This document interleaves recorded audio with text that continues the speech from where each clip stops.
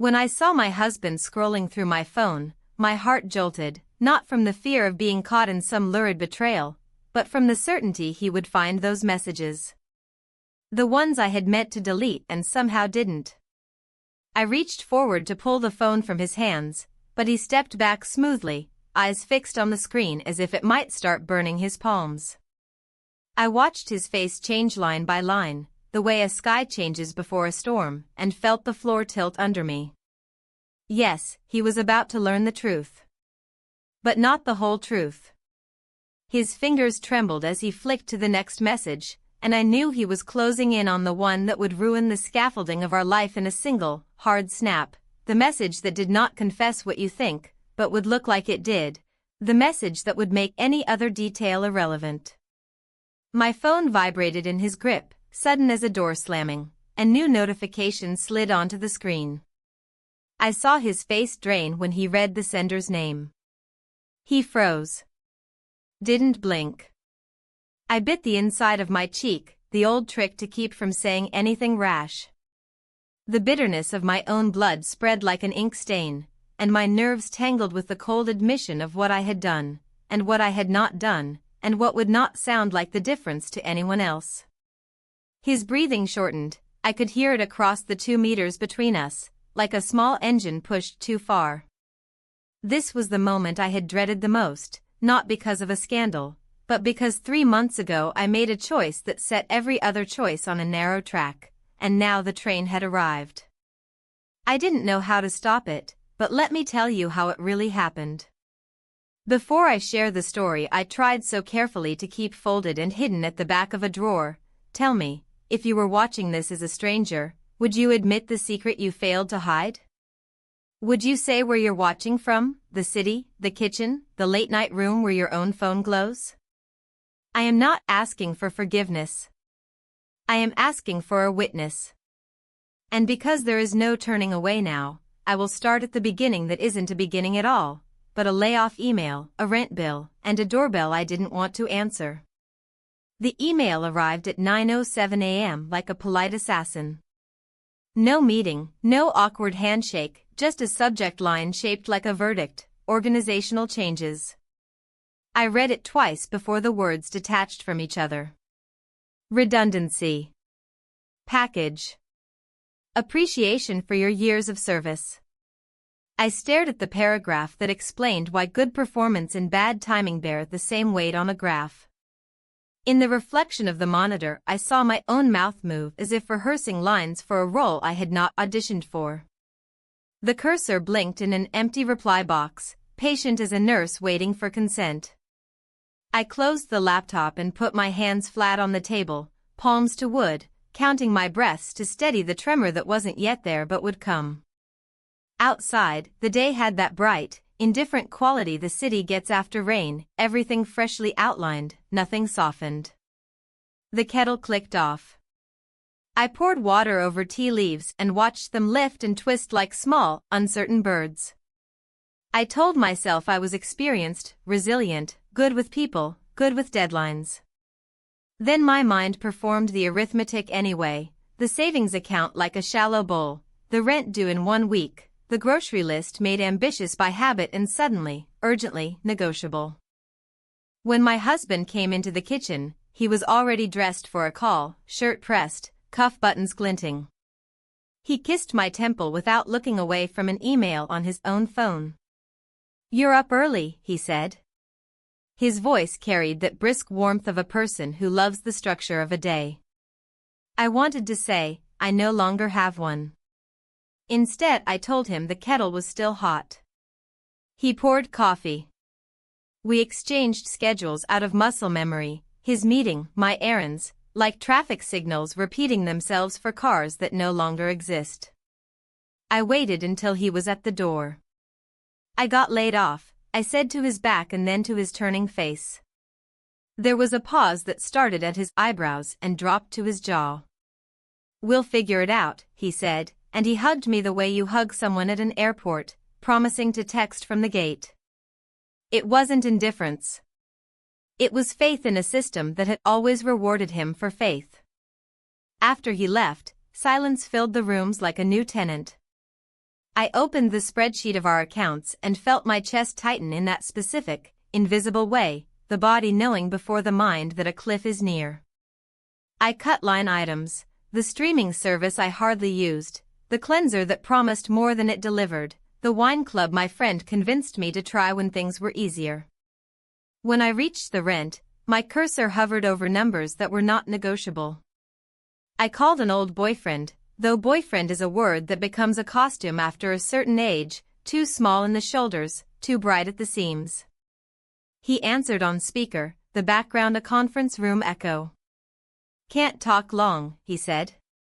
I told him anyway, heard the chair scrape of sympathy, the sigh that rehearses empathy while calculating risk. "I'm sorry," he said. "It's a bad quarter." He did not say, "How can I help?" He did not need to. The answer was already waiting on my tongue, humiliated and heavy. When the call ended, I sat in the quiet and let that humiliation turn into a sharper thing, not anger, exactly, but a clarity about the perimeter of other people's generosity. By late afternoon I had ironed 2 shirts I didn't need to wear, scrubbed the stovetop, sorted a drawer of batteries and mismatched screws. Movement gave shape to the day. When the doorbell rang, I thought it was a delivery for a neighbor, a package with a cheerful history of tracking updates. I opened the door without checking the peephole. He stood in the hallway in a dark jacket, rain still beating on the shoulders from an earlier squall. The landlord. He always introduced himself with the contract's exact title, in that way some people repeat their names to anchor themselves. He was older than me by some years, with a calm face that made other people's panic look like something that could be folded and put away. "Afternoon," he said, not stepping in, not even angling his body as if to test the space. He had never once pushed the line of a threshold. "Just checking in," he added, and his eyes took a quick inventory of the hall, the recycling bin, the shoes stacked neatly, the umbrella drying, my hands gripping the door in a white arc. For a moment, the urge to explain rose like steam. I could tell him about the email, the budget spreadsheet, the ridiculous drawer of batteries. But explanations have their own gravity. Once you throw one, the rest tumble after it. "We're good," I said instead, the words too quick, too bright. He did not call the lie. He just nodded, the sort of nod you give a person holding a heavy box. "Rent's due next week," he said, as if reading a date from a calendar that hung in both our kitchens. "If anything changes, let me know." His voice had a softness at the edges, the way people speak to animals they don't want to startle. He left a business card I didn't need because his number already lived in my phone under the building's name. After I closed the door, I held the card anyway, its raised letters pressing a small geometry into my palm. The imprint remained for a few seconds, as if proof that I existed in relief against something else. That evening I cooked a sensible dinner, roasted vegetables, rice, a fillet of fish that would have been a treat if not for the balance sheet in my head. My husband complimented the seasoning, and for a while we existed in the easy choreography of plates and cutlery, the steady percussion of small talk. When I told him again about the layoff, slower this time, with details, he listened until a message on his phone plucked him out of the room. "I'm here," he said, looking at the screen. "I'm listening." I believed him, and still I felt the door of the moment swing closed. We spoke about options, applications I could send, contacts I might revive, the possibility of a short-term contract. It was a good conversation, practical, decent. And yet when the dishes were done and the kitchen restored, I stood by the sink watching the streetlights come on one by one and felt the oddest sensation, as if I were pressed against a window looking into my own life, the glass clean, the angles familiar, but the temperature different on each side.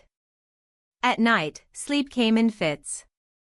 I woke at 2:11 to the blue line of the bedroom curtains and the sound of a siren far away, a thread pulled through the city's fabric. I went into the living room and laid out my clothes for the next day, the kind of order I could control. My phone face down on the coffee table felt like a promise and a threat. I flipped it over, no new messages from anyone who mattered, which in that moment was an undefined circle that included nearly everyone and no one. In the morning I walked to the library because it was free and quiet and because it gave the day the shape of a commute. The computers there were always occupied by men who typed as if they were entering a code to keep their lives from exploding. I took a seat by a window and drafted a new resume that made my history sound linear, as if I had known all along which choices would bring me here. Outside, the bus stops traded passengers. Inside, the printer hiccuped, the paper coming out warm and smelling faintly of singed dust. I thought of how many times I had reinvented myself in small ways, the hairstyles, the job titles, the invisible calibrations of tone in meetings, and how reinvention is really just rearrangement, like moving furniture to convince yourself the room is new. On the way home I passed the cafe where the regulars have their own gravity wells, stools that belong to them the way certain hours belong to certain appetites. I considered going in, then kept walking. Money is a language, and mine needed fewer verbs. Half a block later I felt watched, turned, and met no one's gaze. The mind makes conspirators of shadows when the calendar is loud. Back at the apartment, I found the business card still on the hall table where I had left it, a rectangle of possibility or pressure depending on the hour. I placed it in the drawer with the leases, insurance forms, all the paperwork that tells the story of a life in the city, proof we exist, proof we owe. I closed the drawer softly, as if the documents might wake. Evening again. My husband's meeting ran late. He sent a message, traffic, apologies, the promise of wine tomorrow. I set the table for 1 and 8 with school night discipline, knife and fork, napkin folded. Later, I stood at the window and watched the opposite building's windows light and dim in no order I could parse. Behind one of them someone laughed, behind another a television flashing blues and whites, behind another the slow drift of a person crossing a room with purpose or without, impossible to tell. I was brushing my teeth when the phone buzzed on the counter. A text from the landlord, brief and formal, just confirming you received my card. Let me know if you need to discuss anything before the due date. No pressure in the words, but something in me registered the invitation hidden in administrative tone, the acknowledgement that life happens, that terms can be spoken aloud even when they are not written in contracts. I typed, yes, thank you. I'll be in touch if needed, and deleted it. I typed, I appreciate you checking, and deleted that too. I put the phone face down again, as if the whole device were a mouth I could close. The night gathered itself.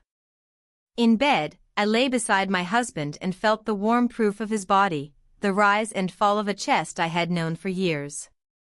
I thought about how intimacy can be a quiet thing, the passing of a glass of water, the reaching for a blanket in the dark, the shared laugh at a joke no one else would understand.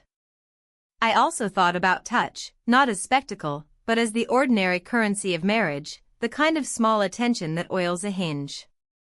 We had not been bad to each other. We had been busy, careful, grateful, and somehow we had drifted without naming the distance. In that space, a single message could sound like a bell. I slept at last. In the morning, the first thing I heard was the soft slap of mail through the slot. I carried the small stack to the table. On top lay the rent notice, printed in the landlord's neat hand, the amount, the date, the building address I knew better than my own. It was factual, correct, the opposite of dramatic. My pulse quickened as if someone had said my name in a crowd. I placed the paper under the magnet on the fridge. It looked harmless there, white against steel. Then, with the day newly sharpened, I took a breath and opened my laptop to begin asking the city for a second chance. Morning unfolded in a thin wash of light across the blinds, the sort that makes the room seem undecided about waking. I dressed more carefully than the day warranted, choosing a soft cardigan, plain trousers, and flats, as if the right fabric could shield me from uncertainty. The rent notice on the fridge held its quiet authority, and I decided to leave before its presence could fix me in place.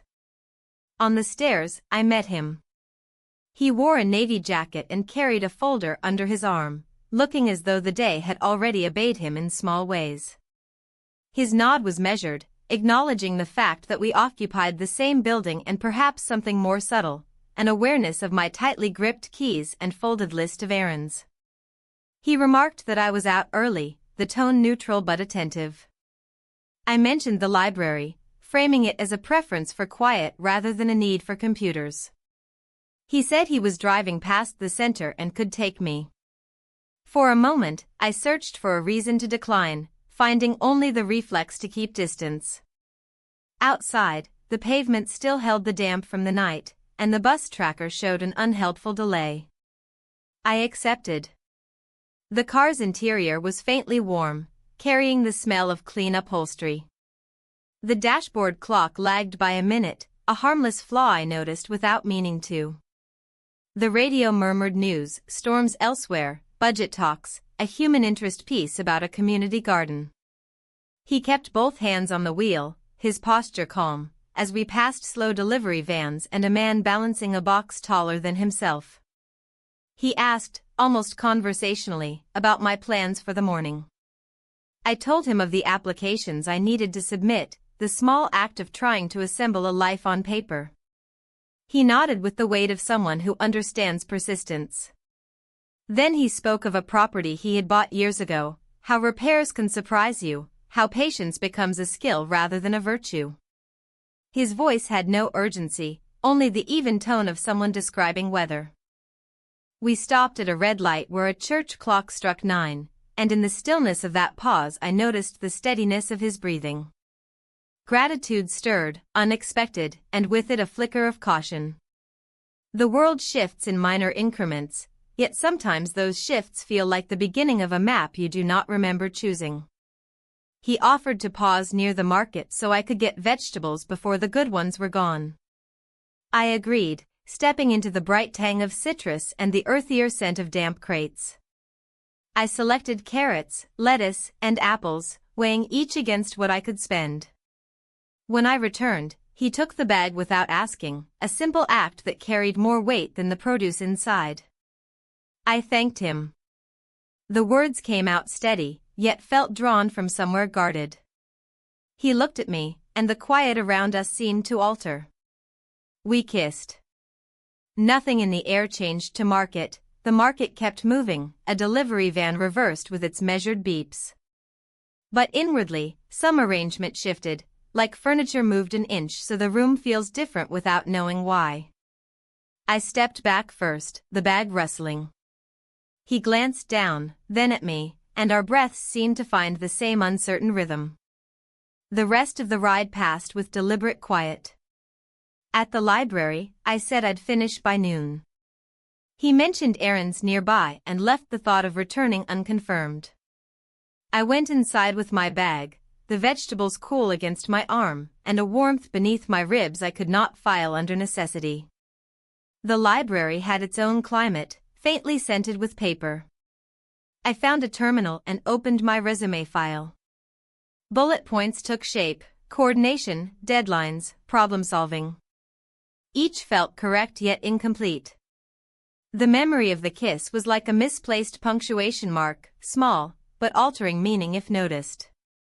A cough from the next row punctuated the air. The printer released occasional pages, and from far off came the bright cadence of children's voices.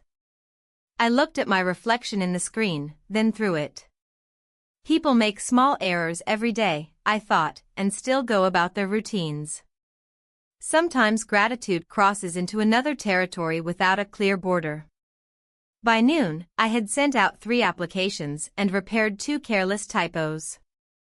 The sun outside had softened, promising an easy afternoon. A message arrived: he could drive me back if I wished. I hesitated only briefly before agreeing. No would have been dishonest to my own curiosity. In the car, we let the city speak for us, a cyclist balancing a baguette, 2 tourists angling for a photo, a dog chasing leaves. At a long red light, he said, without turning, that some moments speak for themselves. I answered that I understood, meaning it. He left me 2 blocks from the building, the space intentional, like a gradual slope instead of a drop. I carried the groceries home, placing the lettuce in cold water to crisp. The rent notice still hung under its magnet, patient, exact. I looked at it, then turned to slicing carrots into coins that would buy nothing but still sustain. That evening, my husband was in good spirits, recounting his day in small victories. I matched his tone. Harmony was easier than shifting the melody. He asked about the library, and I said it was productive. We spoke briefly of finances, the weekend, the possibility of adjusting expenses. His steadiness felt like a bridge that neither swayed nor gave way, even if I wished for proof of wind. Later, lying in the dark, I considered whether shame arrives as warning or consequence, and whether a heart can host opposing truths without choosing. Sleep came without flourish. In the morning, the applications would still be out there, and so would the memory of a market stall, a clock 1 minute slow, and the quiet after an unnamed change. The day after the market felt longer than the hours it contained. I woke before the alarm, listening to the faint hum of the refrigerator and the occasional creak of pipes settling in the walls. The air in the bedroom was cool, the curtains letting in a thin stripe of early light. My husband was still asleep, one arm draped loosely over his side, his breathing steady. I slipped out of bed quietly, dressing without turning on the lamp. I had planned to spend the morning sending more applications, but a message from him arrived just after breakfast. He asked if I might help organize some paperwork in his office.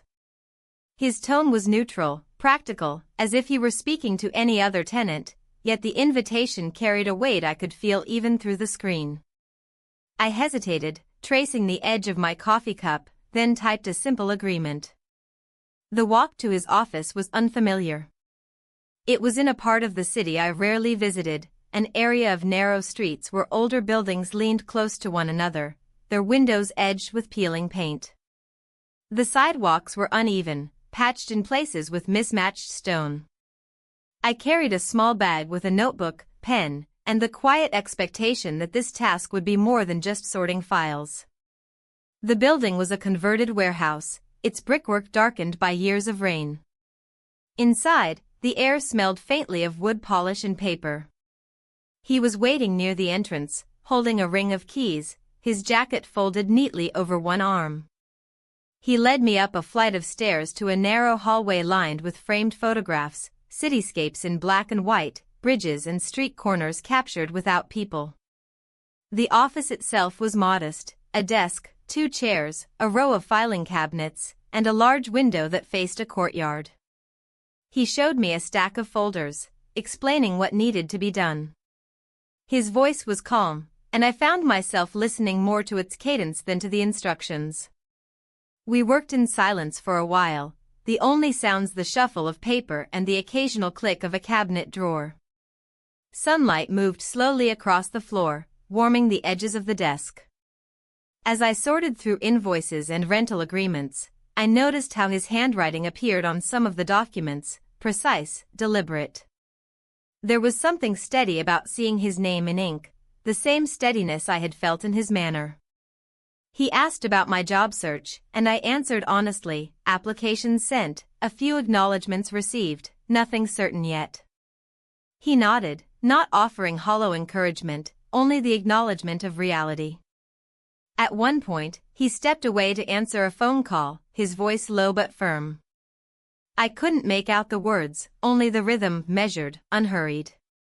I finished a folder and placed it neatly on the desk. When he returned, he thanked me in a way that felt heavier than the task deserved, as though he understood I had given more than just my time. By midday, the sunlight in the courtyard had shifted, casting longer shadows. He suggested a short break, offering tea from a small kitchenette down the hall.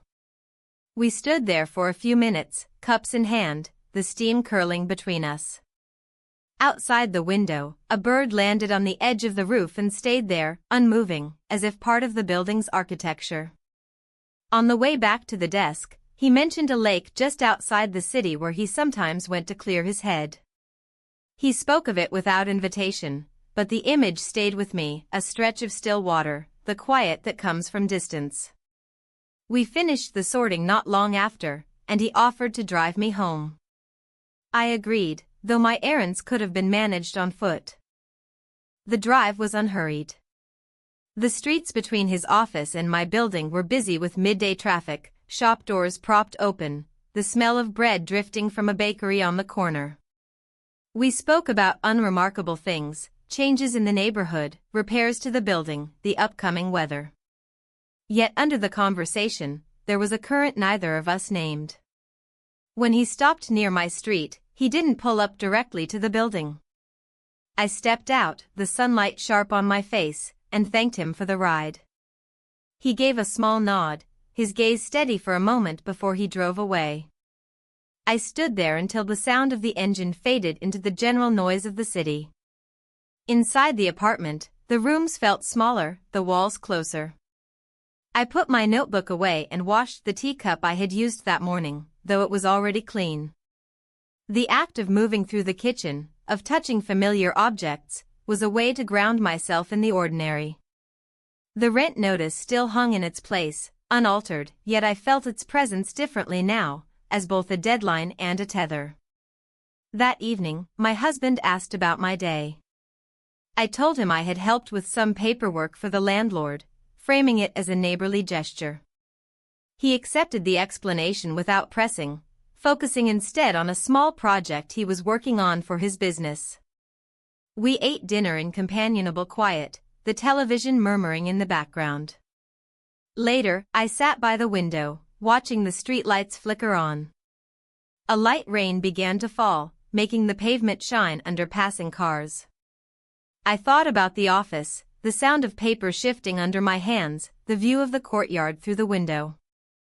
I thought about the lake he had mentioned, and how certain places seem to exist outside of time until someone names them.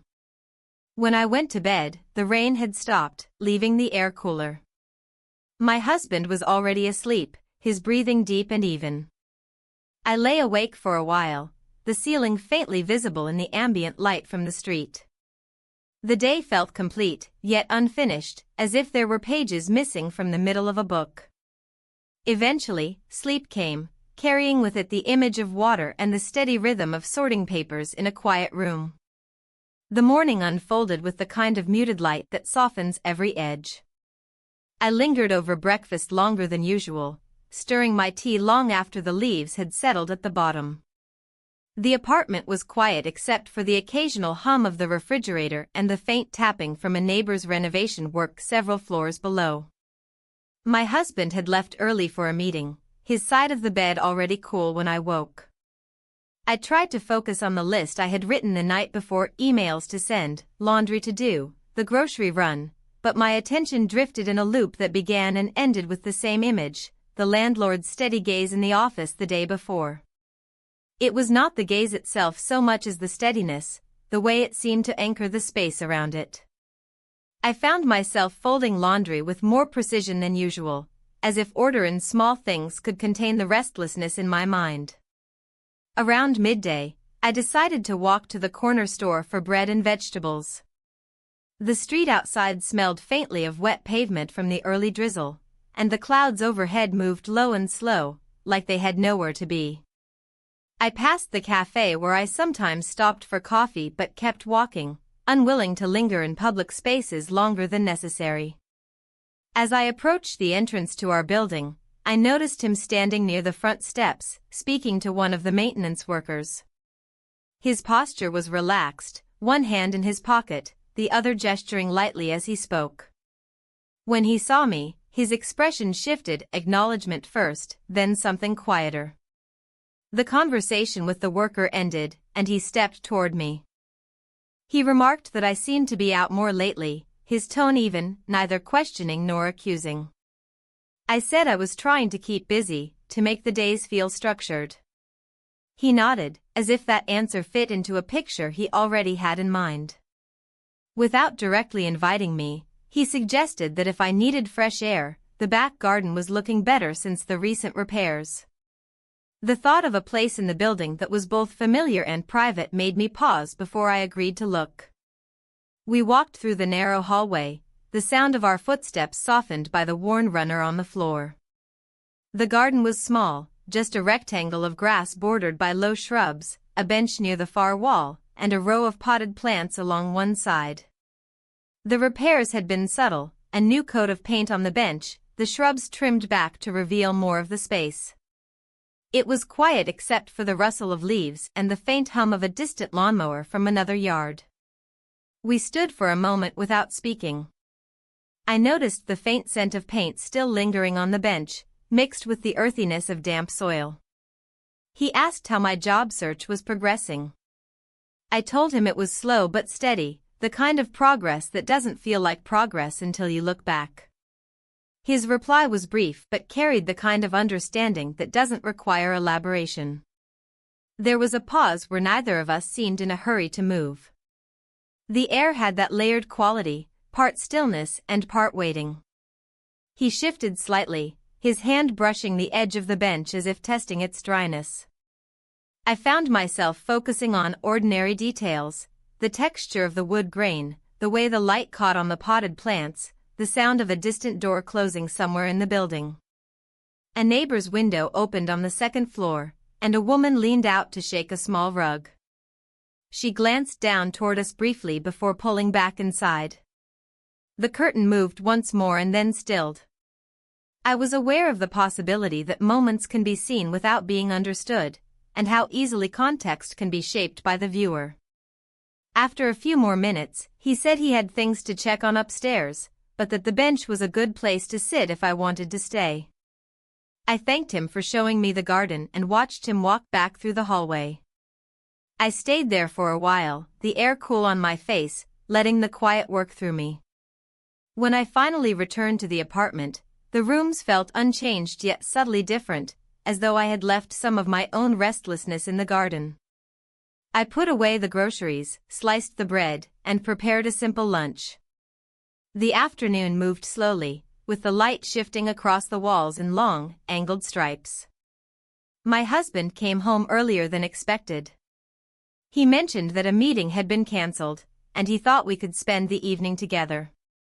There was a warmth in his voice that felt like an echo of earlier years, and for a moment I saw the comfort in what we had built. We made dinner together, moving easily around each other in the small kitchen. But as we sat down to eat, his phone buzzed, and he excused himself to take the call. The conversation was brief but drew him out of the room long enough for the plates to cool. When he returned, he apologized, but the thread of the evening had already shifted. I smiled and reassured him it was fine, but inside I felt the quiet return, the same kind I had left behind in the garden. After dinner, we watched a program on television, though my attention wandered. The scenes on the screen felt distant, like someone else's life unfolding behind glass. I thought about the bench, the trimmed shrubs, and the way light had fallen across the potted plants. It wasn't longing, exactly, but an awareness of how certain moments, however brief, seemed to stretch beyond their time. When we went to bed, the air in the bedroom was warmer, and the sounds from the street below were muffled by the closed windows. My husband fell asleep quickly, his breathing steady. I lay awake, tracing patterns in the ceiling with my eyes, listening to the faint hum of the building. Somewhere below, a door clicked shut, and footsteps faded down the hall. I closed my eyes, and the image of the garden returned, not as a place, but as a pause I could carry into whatever came next. The next morning felt oddly still, as though the city had decided to slow its breathing. I moved through the apartment in deliberate steps, folding the blanket on the couch, rinsing the coffee cup before the last of the warmth left it. My husband had left early again, his departure a quiet rhythm I had grown used to, keys lifted from the hook, a muted click of the door. The rent notice on the fridge was unchanged, a steady reminder that each day's passing carried me closer to its due date. By late morning, the air had warmed enough to draw me outside. I chose a dress I hadn't worn in months, simple and light, and walked down the hallway without a particular destination. The elevator was out of service, so I took the stairs, each step sounding louder than it should have. He was in the lobby when I arrived, speaking with the mail carrier. His attention shifted when he saw me, a small nod acknowledging both my presence and something unspoken between us. As the mail carrier left, he mentioned he was headed to a small cafe near the park and asked if I'd like to join him for coffee. The offer was casual, unforced, but carried the same quiet pull I had felt before. I agreed. The walk was short but unhurried. The sidewalks were scattered with early leaves, and the air carried the faint scent of baked bread from a shop a few blocks away. The cafe itself was modest, 3 small tables outside, a chalkboard menu propped against the wall, and the hum of a coffee grinder inside. We chose a table under the awning, the shade softening the late morning light. The conversation began with familiar ground, repairs to the building, the weather's unpredictability, the park nearby. Gradually it shifted towards smaller, more personal things, the places we each went when we needed quiet, the ways we measured a good day. He spoke in the same measured tone, each sentence grounded, and I found myself answering more openly than I intended. Rain began suddenly, a quick, steady curtain that blurred the outlines of the park across the street. People hurried under umbrellas, the sound of water on the awning a steady percussion above us. The street seemed to fold in on itself, the edges softened by the weather. We kissed. It happened without urgency, the kind of moment that felt as though it had been waiting for the right shape of silence to fit into. The sound of rain filled the space around it, making it feel contained, private, even though the cafe door was only a few steps away. When we separated, neither of us looked around to see if anyone had noticed. The rain began to lighten, the rhythm softening against the awning. We finished our coffee without rush. I watched the park through the remaining drizzle, the grass a deeper green than it had been minutes earlier. He spoke about a property outside the city, a place with wide windows and trees that seemed older than the road leading to them.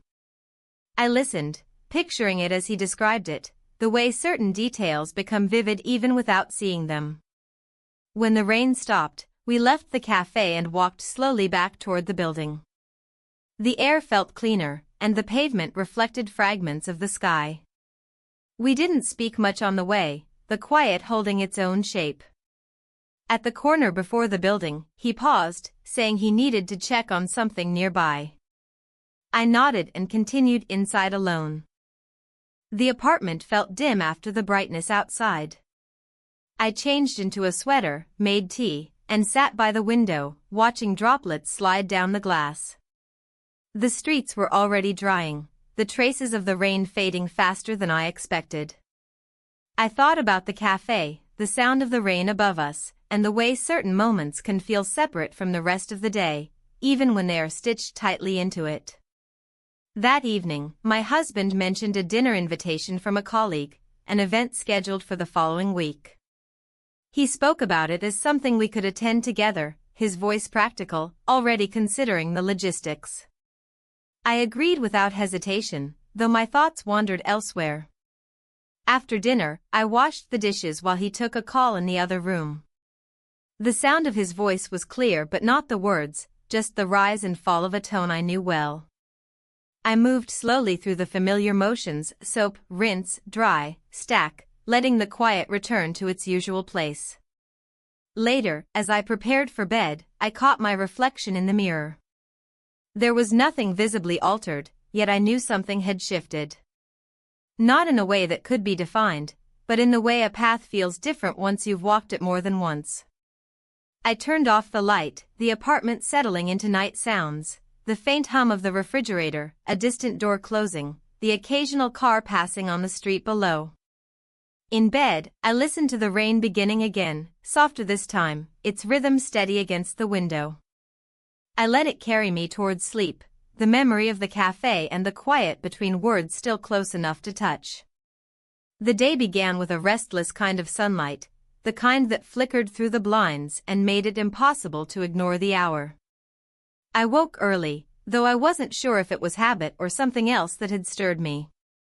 My husband was already gone, his note on the kitchen counter short and practical, a reminder about an evening meeting he'd be attending. The apartment was still, the air carrying the faint scent of the coffee he had brewed before leaving. I spent the first hour moving through small tasks, watering the plants, sorting laundry, making a grocery list, but my attention wandered. The quiet had a density to it, as though the walls themselves were listening. I thought of the cafe 2 days before, the rain drumming against the awning, and the way moments can stay lodged in the body even after they've passed. By mid-morning, I decided to take a walk. The air outside was mild, and the streets were neither busy nor empty, holding that in-between mood the city sometimes has. I turned down a side street lined with older buildings, their paint worn thin at the corners, and found myself slowing my steps without a reason I could name. As I neared the building, I saw him on the opposite sidewalk, carrying a small paper bag. He crossed over when he noticed me, his stride unhurried. He mentioned he had been at a cafe farther uptown, one that served a kind of bread he liked, and he handed me the bag. Inside was a loaf still faintly warm. The gesture was casual, but I felt its weight more than the bread itself. We walked together toward the park without discussing where we were headed. The path was lined with benches, some occupied by people reading or simply watching the day pass. The air smelled faintly of cut grass from a nearby maintenance crew. He spoke about a recent repair in one of the units, nothing urgent, just the sort of ongoing detail that comes with the work he does. I listened, my mind only half on the words, the rest tracing the edges of the moment. At the far end of the park, we stopped by a low fence overlooking a small pond. The water was still except for the occasional ripple from a bird dipping down. We stood there in a silence that didn't demand to be filled. Eventually, he glanced at his watch and said he needed to check on a delivery at one of his properties. I told him I should get back to start lunch. We walked part of the way together before our routes diverged. Back at the apartment, I placed the bread on the counter and sliced a piece. The crust was crisp, the inside soft, and it felt almost extravagant to have something so fresh in the middle of an ordinary day.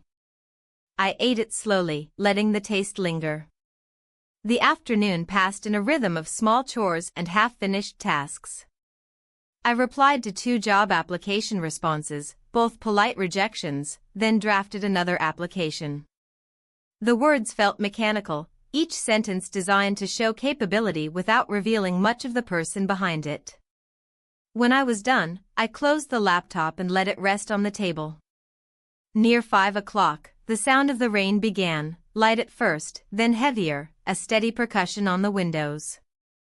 I stood by the glass, watching as people hurried along the street below, umbrellas blooming like dark flowers. A message arrived on my phone. He was at the cafe near the park again and had seen someone familiar from the building. The message was brief, but it carried the suggestion that we had been noticed before. I thought back to the neighbor's glance from the second-floor window in the garden, the quick shift of her eyes before she disappeared inside. There is a difference between being seen and being understood, but sometimes that difference is fragile. When my husband came home, he brought the damp smell of rain with him. He asked about my day, and I told him about the grocery list, the bread, and the park, keeping the details even and unremarkable. He mentioned his evening meeting again and began sorting through papers at the table. The sound of the rain filled the pauses between our sentences. After he left, the apartment felt both larger and quieter. I made tea, sat by the window, and let the steam warm my hands. Outside, the rain softened, leaving behind the sheen of wet streets. I thought about how days accumulate, each one carrying traces of the ones before it, and how certain encounters seem to alter the balance without announcing it. I placed the remaining bread in a container, knowing it would lose its warmth by morning. The air in the apartment had cooled slightly, and I pulled a blanket over my legs as I sat on the couch. Somewhere in the distance, a siren wailed briefly, then faded, leaving the night to settle again. When my husband returned later, his voice was calm, the meeting apparently having gone as expected. We spoke little before bed, each moving through the familiar steps of our nightly routine. As I lay in the dark, the sound of the rain returned faintly, just enough to make the air feel heavier. My thoughts moved in slow circles, bread still warm in my hands, the pond in the park, and the way his stride had matched mine without either of us trying. Sleep came gradually, the quiet pressing in around me, holding the shape of the day in its stillness. The morning began with a low, steady light that barely changed as the hours passed, as though the sky had decided to hold itself in one shade. I moved through the apartment quietly, making coffee and setting a slice of yesterday's bread on a plate. My husband left early again, his steps in the hallway purposeful, his voice from the other room calling a brief goodbye before the door clicked shut. The space he left behind felt larger, but not emptier, just quieter in a way that made each small sound more noticeable. By late morning, the air outside had warmed. I opened the window slightly, letting in the faint scent of damp concrete from the rain the night before. My phone lay on the table, the screen dark until it lit with a message from him. It was short, "Can we talk today?" There was no context, but I didn't need any. I sat there for a moment, fingertips resting on the edge of the table, before typing back that I was free after noon. His reply came quickly, suggesting I meet him at the side entrance of the building. I left the apartment just after 12, locking the door behind me. The hallway was empty, and my steps sounded louder than I intended. At the side entrance, he was already waiting. He didn't speak right away, only gave a brief nod before starting toward the street. I followed, and we walked in a silence that didn't feel strained, the rhythm of our steps carrying the weight of the unspoken. The route he chose was unfamiliar, leading us away from the busier streets into narrower ones where the buildings were older and the air quieter. The windows here were taller, their frames worn at the edges, and the sound of the city seemed softened, like it had been pushed back a few blocks. We stopped in front of a small building I hadn't noticed before, its brick facade darkened by age. He unlocked the door and stepped inside, holding it open for me. The interior was simple, bare floors, a table against one wall, and tall windows that let in a muted light. It wasn't furnished like a home, it felt more like a space kept for pauses, for conversations that didn't belong anywhere else. He set his keys on the table and gestured toward the chair opposite him. He spoke first, asking how I'd been since we last met at the park. I told him the truth in plain terms. The days had been quiet, filled with routine tasks, the job search moving slowly. He listened without interrupting, his hands resting lightly on the table. Then he said he had been thinking about how quickly time seemed to pass lately, and how certain choices felt both inevitable and impossible at the same time. The words hung there between us. I found myself looking at the window, at the way the light softened the dust in the air. There was no clear answer to what he was saying, only an acknowledgement that I understood. The rest of the conversation moved in slower turns, about the building, about tenants whose names I only half recognized, about the ways people adapt when circumstances change. There were pauses where the quiet seemed to fill in what neither of us was willing to say. When the conversation drifted to an end, he stood and reached for his jacket. The movement felt like the closing of a page. He walked me back toward the building without detours, the air outside cooler than when we had left. Near the entrance, he slowed his pace and turned to me. We spent the night together. The words don't capture the hours themselves, the shape of the evening or the way the light looked through the window when the street outside had gone silent. But they hold the fact of it, the truth that will not be smaller tomorrow or next week. In the early morning, I left before the city had fully woken. The streets were pale with first light, and the sound of my steps seemed to follow me more closely than usual. I reached the apartment building without passing anyone I knew. Inside, the apartment was exactly as I had left it. The coffee mug from the day before still sat on the counter, the blanket still folded neatly on the couch. I stood for a moment in the doorway, taking in the stillness, before walking to the bedroom and changing into fresh clothes. I spent the rest of the morning moving through small, practical tasks, washing the dishes, sweeping the floor, answering a few emails that had nothing to do with the weight of the last 12 hours. Yet every action seemed to carry an echo, a reminder of where I had been. When my husband came home that evening, he mentioned the long day at work, the late lunch he had grabbed between meetings. His voice was steady, his eyes focused on the details of his own day. I answered in the same rhythm, telling him about the errands I had run, the calls I had made. We ate dinner with the television on low, the sound of it filling the spaces where conversation might have been. Later, when the dishes were done and the lights in the living room were switched off, I stood by the window for a while, looking out at the street below. The lamplight caught the damp patches on the pavement, and somewhere a door closed with a muffled thud. I thought of the walk back that morning, of the quiet streets and the cool air, and of how certain days separate themselves from the rest without needing to be marked on a calendar. When I went to bed, the apartment had the same settled calm it always did at night. My husband's breathing was even, the dark familiar. I closed my eyes, the image of the empty street in the early morning still sharp in my mind, carrying with it the knowledge that nothing I had done could be undone.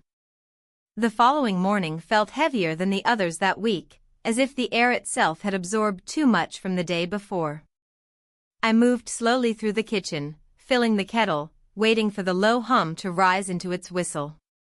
My husband had left earlier than usual, leaving only a note beside the bread container reminding me about a payment he needed to make later in the week. His handwriting was neat, deliberate, almost detached. I sat at the table with my tea, the steam rising in thin strands, and stared at the fridge where the rent notice still hung. The paper looked no different, yet it carried a different weight now. I thought about the early morning walk home 2 days before, the silence of the streets, and how that kind of silence can follow you even in a place filled with sound. The hours slipped by quietly. I sorted through the laundry, folded it, and placed it in the drawers. I sent another round of applications, each one carefully checked before sending, even though I knew the rhythm by heart. Outside, the weather stayed gray, the clouds low enough to blur the tops of buildings. In the late afternoon, I heard footsteps in the hallway outside the apartment. A knock followed, measured, not hurried. When I opened the door, he stood there, holding an envelope. He said it was some updated paperwork for tenants, something small but necessary. His tone was professional, though his eyes didn't move from mine until I reached out to take the envelope. I thanked him, and he said, almost as an afterthought, that he would be in the back garden later if I wanted to talk. There was nothing in his voice that made it an obligation, but I knew I would go. He left, and the sound of his steps faded down the hallway. It was nearly an hour before I went down. The garden looked the same as before, trimmed shrubs, the painted bench, the row of potted plants along the wall. He was seated on the bench, leaning slightly forward with his hands clasped loosely. I sat at the opposite end, the distance deliberate. We spoke about ordinary things at first, the weather, the repairs planned for next month, a recent complaint from a tenant about a broken light in the stairwell. The words filled the air, yet neither of us seemed to be listening for their meaning. Eventually, the conversation fell away, leaving only the muted sounds of the city beyond the walls of the garden. A window opened somewhere above us. I glanced up and saw the curtain shift. The movement was small but enough to remind me of how easily moments can be seen by others. I looked back at him, and he seemed to have noticed too, though neither of us commented on it. We stayed there for a while without speaking. The air carried the faint smell of damp soil, and somewhere nearby a door creaked shut.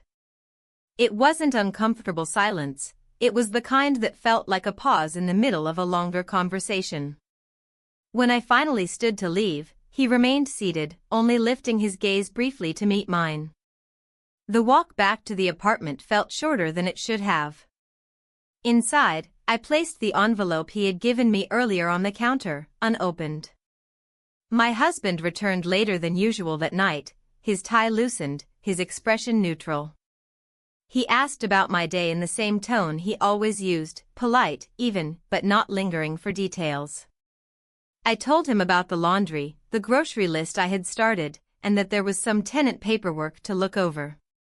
He nodded and moved to the living room, turning on the television before I could say anything else. We ate dinner in front of the screen, the low voices from the program mingling with the sound of cutlery.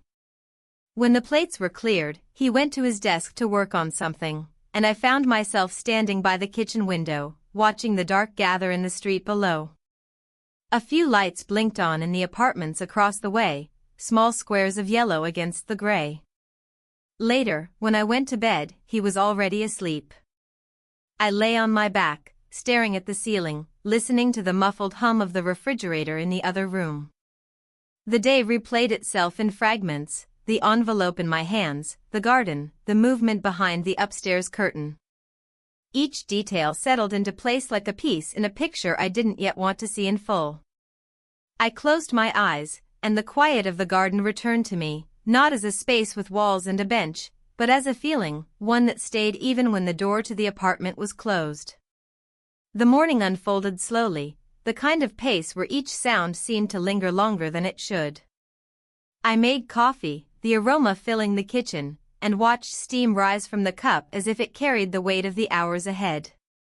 My husband was still at home, sitting at the dining table with his laptop open, his focus narrowed to whatever was on the screen. We exchanged a few words about his schedule, nothing more. The air between us felt polite, efficient, but stripped of anything beyond the day's logistics. I spent the first part of the day finishing small, practical tasks, sweeping the hallway, rearranging the items in the pantry, clearing out a drawer that had become a place for receipts and stray keys. The repetition of movement kept my thoughts orderly, at least for a while. Still, my mind drifted back to the garden, to the quiet of the previous afternoon, and the way the curtain had moved above us. I had not seen the neighbor again, but the awareness that someone might be watching stayed with me. By late morning, my husband closed his laptop and began gathering papers into his briefcase. He mentioned a client meeting that might run late into the evening. I nodded, not asking for details. As he left, the sound of the door clicking shut was almost louder than his footsteps in the hallway. The hours after he left stretched wider than I expected. I made tea, sat by the window, and tried to focus on a book, but my attention skimmed over the words without catching. The phone lay on the table beside me, its black screen reflecting the muted daylight. When a message appeared, I saw his name before I read the words, "Can we meet later?" I replied with a single line, asking where. The answer came quickly, one of the smaller cafes at the edge of the neighborhood, the kind that didn't draw much attention. I agreed and set the phone down, my hands briefly resting against the edge of the table. The cafe was nearly empty when I arrived. Its walls were lined with shelves of mismatched books, the air carrying the faint scent of coffee beans and something warm from the oven. He was already seated at a table near the back, away from the windows. I joined him, the scrape of the chair legs against the floor sounding louder than it should have in the quiet space. We began with ordinary conversation, questions about the building, mentions of repairs, a comment about the weather holding steady. Then his tone shifted slightly, becoming less about facts and more about the spaces between them. He said he had been thinking about the past few weeks, about how certain moments seemed to change the pace of time itself. I listened without interrupting, letting his words find their own place in the air between us. At one point, a couple entered the cafe, the bell above the door breaking the steady hum of background music. They ordered quickly and left with paper cups, their presence hardly more than a pause in our conversation. He asked how things were at home, his voice measured but not casual. I told him they were as they had been for a long time, steady on the surface, but quieter than I remembered from before. He didn't respond right away, only nodded once, as though filing away the answer without judgment. We sat there until the light outside shifted, becoming softer as the afternoon edged toward evening. When we finally stood to leave, the space between us in the small room seemed to have changed, though neither of us said anything about it. The walk back was unhurried. At the corner near the building, we paused. He looked at me for a moment, then said I should think about what I wanted the next weeks to be. The sentence was simple, but it carried more weight than the words themselves. I nodded, and we parted there. Inside the apartment, I found the envelope from the day before still on the counter, untouched. I opened it then, just routine tenant documents, nothing unusual. Still, holding the papers in my hands felt heavier than the contents justified. I placed them back in the envelope and returned it to the counter. The rest of the evening passed quietly. My husband returned later than expected, his tie loosened, his mood unreadable. He spoke briefly about the meeting, then turned his attention to his phone. We ate a simple dinner, the television on in the background, its shifting light flickering across the room. Afterward, I washed the dishes slowly, the warm water and soft rhythm of movement grounding me in the present. I could hear him in the other room, making a call. The words were indistinct, just low tones rising and falling, and I found myself listening to the pattern rather than the content. When he ended the call and came into the kitchen, he asked if I had managed to get much done during the day. I told him about the small tasks, the reading I'd tried to do. He nodded, and we let the conversation end there. Later, as we prepared for bed, the apartment felt settled but not restful. The air held the faint scent of the soap from the kitchen, and the hum of the refrigerator was steady in the background. In the dark, I lay awake for a while, my eyes adjusting to the faint outlines of the furniture.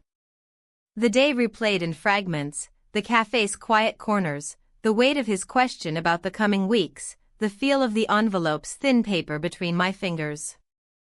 Each detail seemed both small and unshakable, pieces of something I hadn't yet named.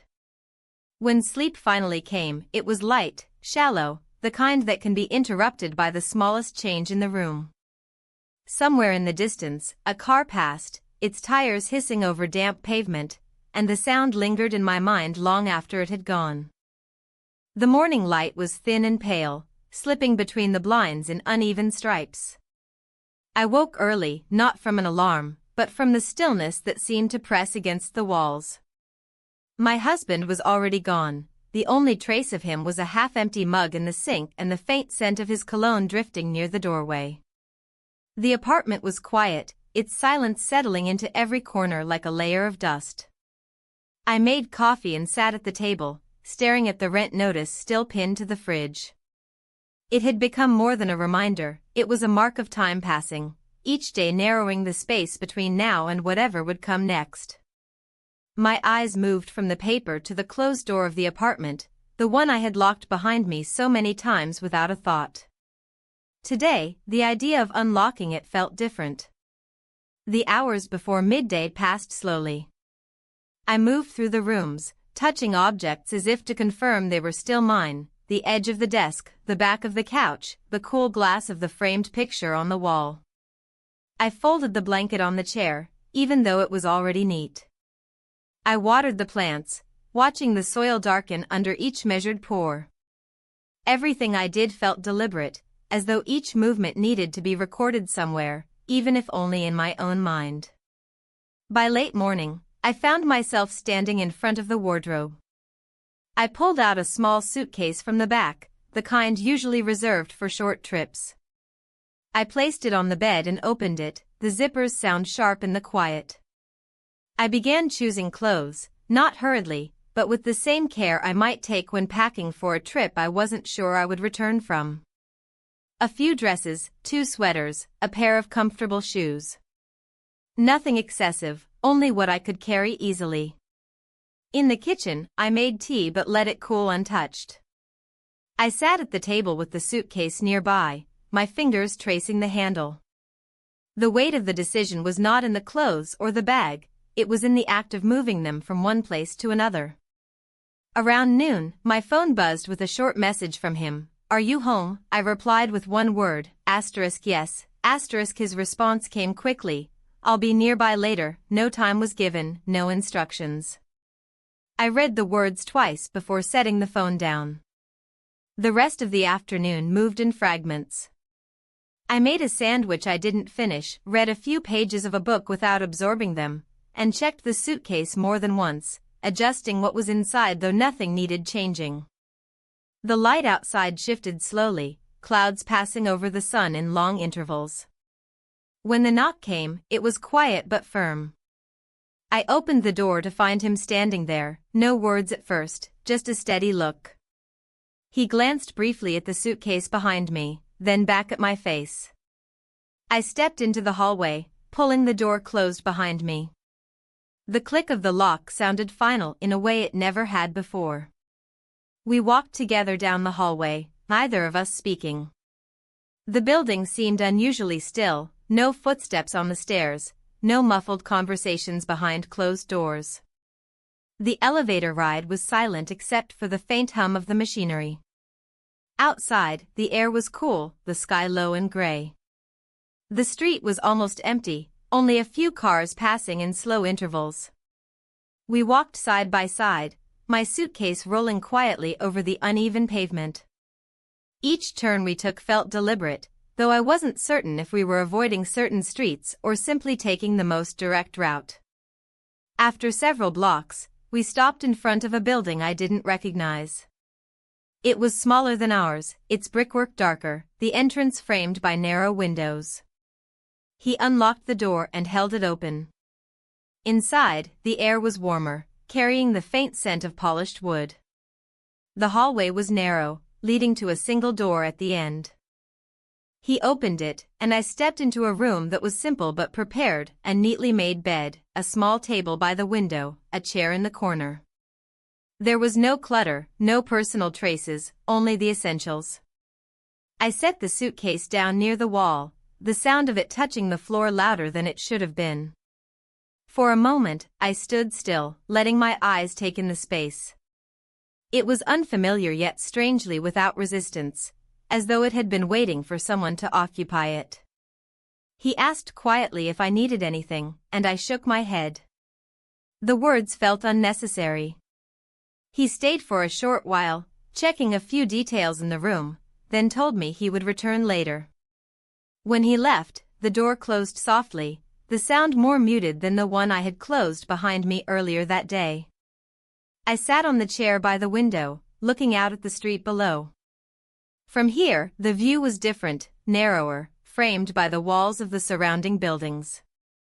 A single tree stood across the street, its branches bare. I watched as a passerby stopped to adjust their coat before continuing on. As the light outside began to fade, I unpacked the suitcase slowly, placing each item in the small wardrobe. The motion was steady, unhurried, and each folded piece of clothing felt like it marked another step away from the place I had left. By evening, the room had grown darker, and I switched on the small lamp by the bed. The light cast a warm circle across the table, leaving the rest of the room in soft shadow. I sat there for a long time, listening to the muted sounds of the city beyond the walls, the occasional car, the distant bark of a dog, the low hum of a passing bus. I thought about the apartment, about the way the light fell in the kitchen in the mornings, about the sound of my husband's keys on the table. I thought about the garden, the bench, the cafe, and the quiet spaces in between. All of it felt close and far at the same time, as if it belonged to another version of me. When I finally lay down, the sheets were cool and unfamiliar. I closed my eyes, and the day replayed itself in fragments, the suitcase on the bed, the hallway walk, the door closing behind me. Sleep came slowly, carrying with it the quiet understanding that some decisions are not loud when they happen, but their echoes last a long time.